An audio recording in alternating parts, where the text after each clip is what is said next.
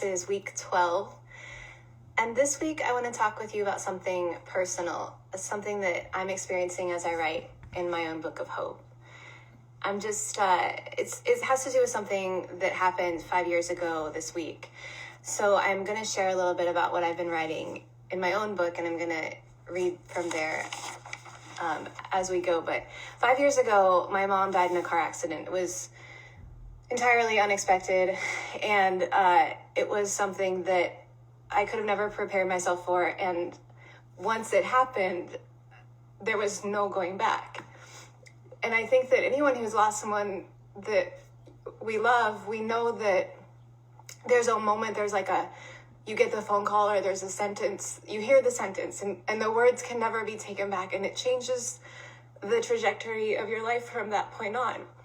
But the thing that's really amazing is that it also gives you this opportunity to access a deeper level of hope and healing when you go through a loss like that. And so I wanted to explore that with you because I have a feeling that some of you here have also lost people you love. And I know this year especially, we're all grappling with a lot of grief in our country and across the world.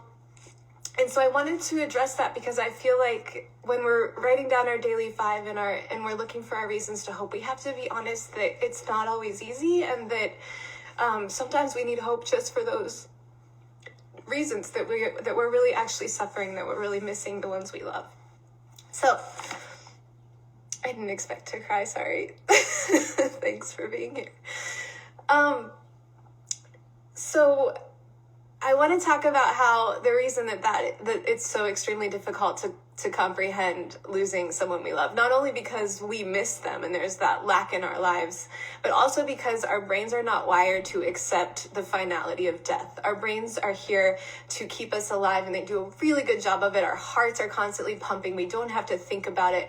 Every breath we take gives us another shot at life, another moment to live, and it's something that we can't really stop.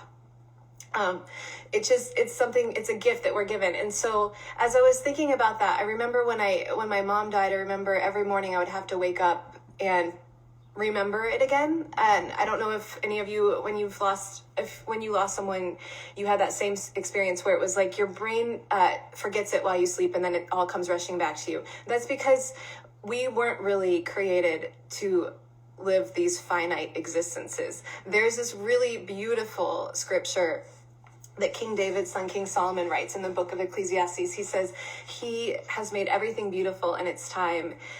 He has set eternity in the hearts of humans, and yet no one can fathom what God has done. And I think that, to me, this summarizes the place where we find hope. It's grappling with the finite nature of life and the infinite that lives within our hearts, and this desire to transcend that finite limitations. Because the one thing that we all have in common is that we're all going to die. And I know that sounds really dark, but it's actually the more that we can reconcile with this, the better that we'll be able to handle losing the ones that we love, and the better we'll be able to transition as we face loss, sorrow, and our own deaths. So this is getting really serious, but I just wanted you to come with me on this journey of looking for reasons to hope, because I think it's a real experience that a lot of us are dealing with. And so I think one thing I remember in the springtime, my mom passed away on the week of Easter, and it was really beautiful, and the sun was shining, and everyone was really excited that it was spring.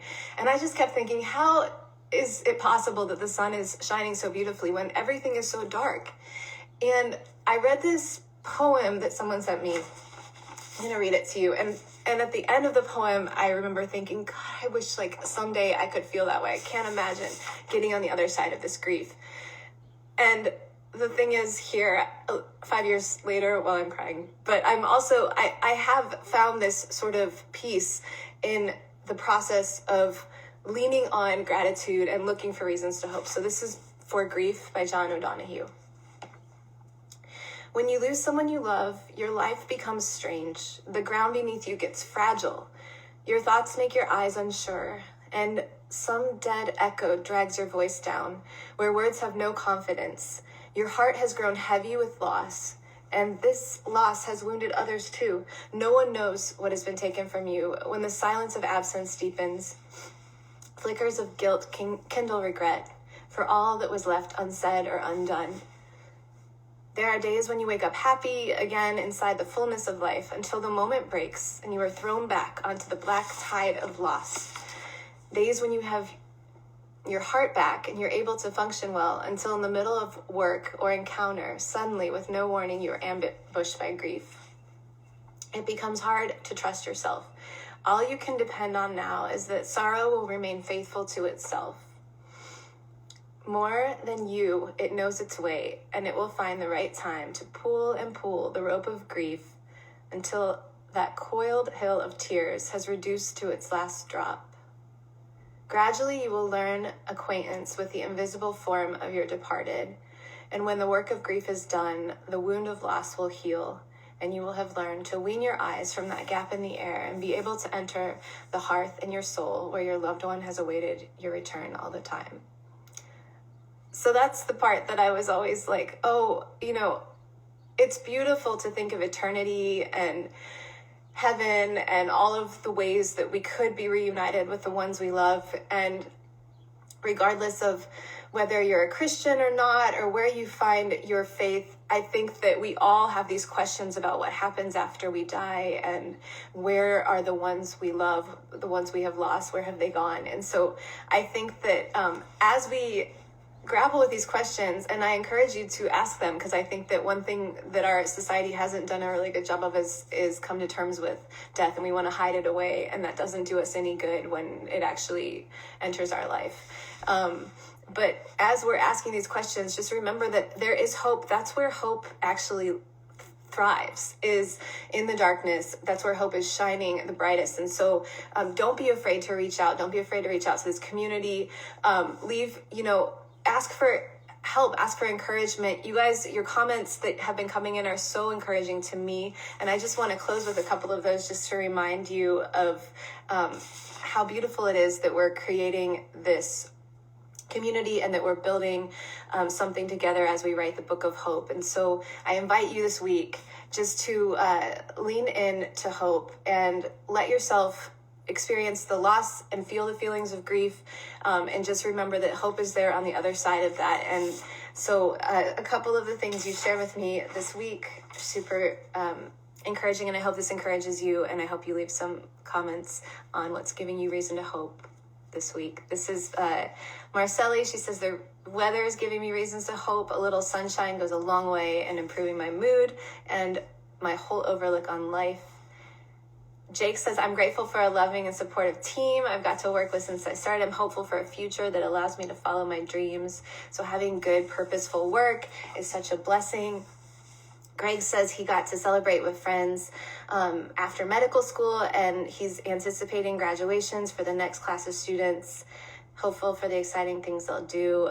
Yeah, graduation's around the corner, and spring does bring all these promises of new things. And so I'm hearing that a lot as everyone's feeling the similar things across the country. We're all excited about the weather turning and the ability to get outside and appreciate nature and God's creation.